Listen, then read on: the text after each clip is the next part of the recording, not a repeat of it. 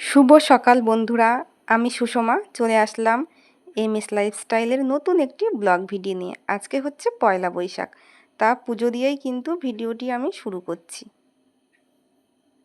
Hi friend, আজকে আমি বাড়িতে আছি। তা কি করবো ভাবছি, এই যে ঘাস দেখছো এত, রাত্রেবেলা এখান থেকে খুব সমস্যা হয়, যেহেতু এখানে সাপ টাপ থাকে। আর রাত্রেবেলা আমরা এখানে বসি, তো তা এখানে ছেলে খেলা টেলা করে, আমরাও বসি এখানে চেয়ার নিয়ে। এত জঙ্গলের মধ্যে রাখা যাবে না, তাই ভাবছি যে ঘাস মারা ওষুধ দেবো। তাই আমি এই যে পিঠে নিয়ে নিয়েছি, হাতে নিয়ে নিয়েছি, নিয়ে এখন ওষুধ স্প্রে করবো। আগেও একবার দিয়েছি, দুবার দিয়েছি, তা আজকে একবার দিই। আর এই বালতি দিয়ে বেগুন গাছ ঢাকা আছে, বেগুন গাছটা নষ্ট না হয়।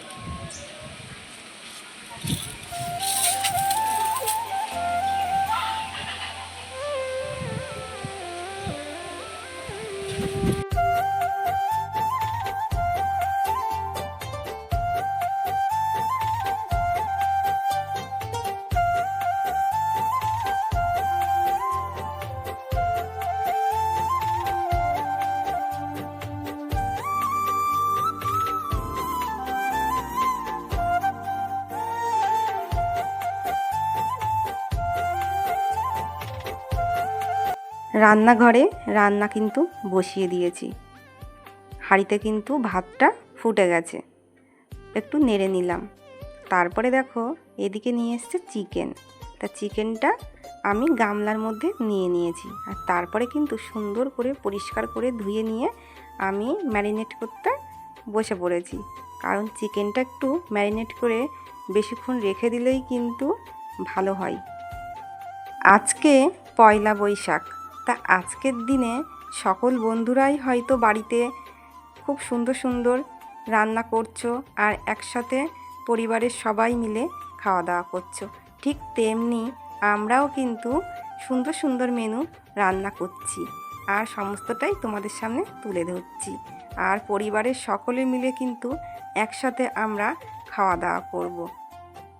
তা দেখো এদিকে আমি কিন্তু পটল ভাজা বসিয়ে দিয়েছি, একদম কচি কচি পটল। তা পটলগুলো আমি সুন্দর করে কিন্তু লাল লাল করে ভেজে নেব। আর তারপরে কিন্তু এদিকে দেখো মাছ ভাজা করে নিচ্ছি, কারণ ভেবেছিলাম যে মাছটার তরকারি করব, তারপরে ভাবলাম যে চিকেন হচ্ছে, মাছের তরকারি তো আর ভালোই লাগবে না খেতে। সেই জন্য গরম গরম মাছ কিন্তু ভেজে নিচ্ছি, আর গরম ভাতে কিন্তু দারুণ লাগবে খেতে।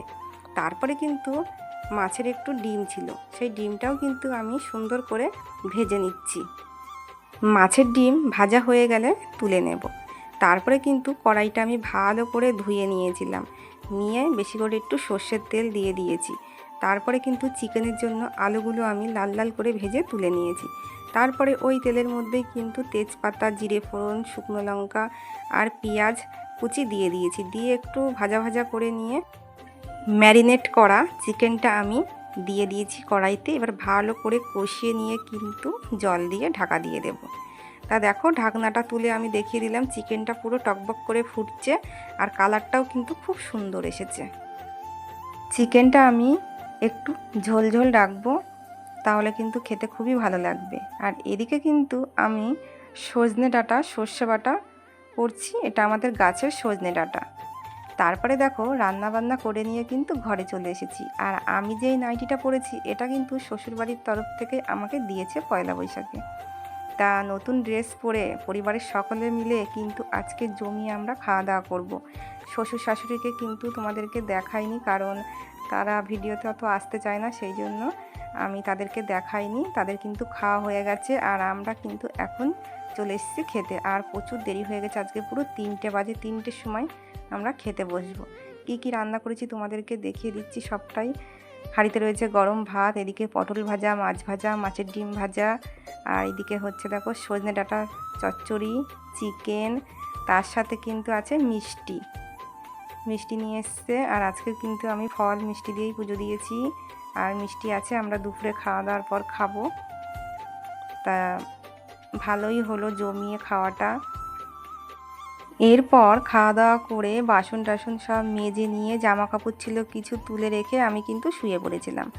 আবার চলে আসলাম তোমাদের সামনে সন্ধ্যাবেলায়। এখন দেখো আমি আলমারি খুলছি, এখন আমি আমার হাজব্যান্ডকে পয়লা বৈশাখের ড্রেসটা দেবো, কারণ সারাদিনও গরম এত, সেই জন্য পরিনি। বললো নতুন ড্রেস পরলে আরও প্রচুর গরম লাগবে, সেই জন্য পরিনি, সন্ধ্যাবেলায় পরবো। তাই দেখো আমি ড্রেসটা বের করে দিচ্ছি আর ও এখন পরে নেবে। তা কেমন লাগছে অবশ্যই তোমরা কমেন্টে জানিও। আমার তো খুব ভালো লাগছে। আর গরমে কিন্তু সাদা ড্রেস কিন্তু খুবই উপকারী পরা, শরীরের পক্ষেও আর গরমও কম লাগে। তা দেখো পরে নিয়েছে, এখনও বেরোবে একটু, যেহেতু আমাদের আজকে পয়লা বৈশাখে হালখাতা আছে সেই জন্য। তা দেখো হালখাতা করে নিয়ে চলে এসেছে। আর একদম আমার ডান হাতের লাস্টের প্যাকেটটা কিন্তু হালখাতা, আর এদিকে হচ্ছে বাঁ দিকের যেই ধারের প্যাকেটটা সেটা হচ্ছে আমার শ্বশুরমশাই দিয়েছে। আর যেই মিষ্টির প্যাকেটটা বড় সেটা কিন্তু পার্টির তরফ থেকে হচ্ছে বাড়ি বাড়ি মিষ্টির প্যাকেটটা দিয়ে গেছে।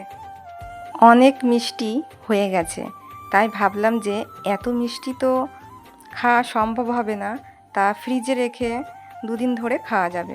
সেই জন্য টিফিন বক্সে করে আমি মিষ্টিগুলো সুন্দর করে কিন্তু সাজিয়ে রেখে দিচ্ছি।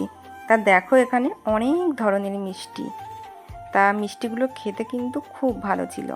আর যখন দেখবে ঘরে মিষ্টি থাকবে না তখন যেন মনে হয় যে মিষ্টি খেতে ইচ্ছা করে, আর যখন থাকে তখন কিন্তু খেতেই ইচ্ছা করে না, এরকম একটা পরিস্থিতি। আর আমার ছেলেও কিন্তু মিষ্টি খেতে একদমই ভালোবাসে না, আর আমরাও খুব একটা ভালোবাসি না।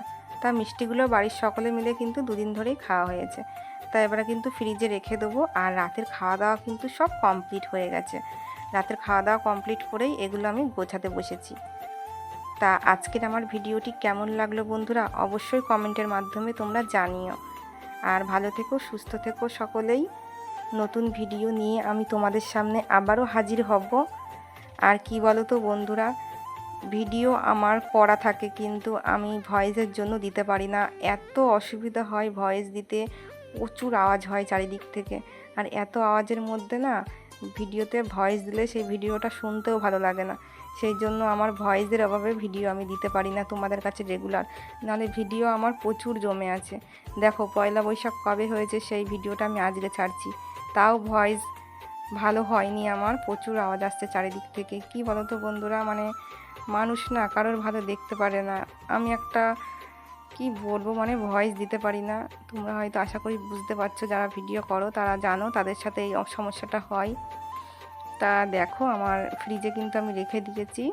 আর তোমাদেরকে এবার আমি বাই বলে দিচ্ছি, গুড নাইট, সবাই ভালো থেকো, সুস্থ থেকো।